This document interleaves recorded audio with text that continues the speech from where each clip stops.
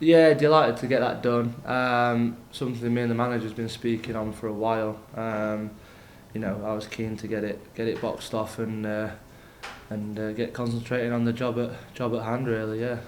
So now that it's put away and you can concentrate on football, particularly in football these days, how reassuring is it that the next 18 months for you are mapped out? Yeah, it's always as a player in the back of your mind when you're in your last year of your contract, there is that shadow of doubt of what if it's nice to not have that anymore. Security for myself and my family's obviously important to me at this time as well in my career. So, but yeah, also from the football side, nice to, like you say, get it done, get it boxed off, and just allows you then to be fully focused on each game. From a football point of view, and look, I appreciate you're only 30, aren't you? But do you see Wednesday as where you will finish your career? So is it the plan to be a one-club man? Yeah, that would be for me the ideal plan, and obviously with the club and myself moving back in the right direction, which I think it is at the moment. Things are just starting to click now on the pitch, and we're on a not a bad run of how we're playing in terms of performance, and I think we're just finally getting to a point now where after having a big turnaround in players that the understanding's starting to come, and we're starting to understand each other's games a lot more.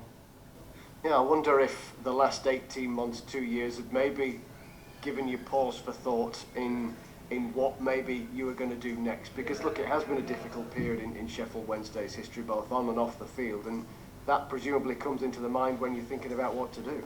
Um, Partly, yeah, but as obviously being here that long and being a part of that tough time, you want to then you stay and make that right in some respects as well. So I think from my point of view, that was never a doubt in the fact that you want to be here for obviously through the good times, but also it's not always going to be roses, if you like, and it's the same in life, it's the same in football, and yeah, we've had some really good times and like you say, tough times, but I think for me it's about just keeping going. I think after say early season, I think we started quite well, and then you know through one thing or another, you kind of we've had a few results where we have been really disappointed as a group. More through the expectation we put on ourselves, and rightly so. We want to win every game, and when you concede late and it turns into a draw, it can feel like a defeat and a disappointment. The bigger picture of things, it's one loss in 13 in all competitions, and that's something that we can pull on. And like you say, the Sunderland result, the manner of how we played as well, and things is something that we've set that precedent now, and something we want to emulate as much as possible.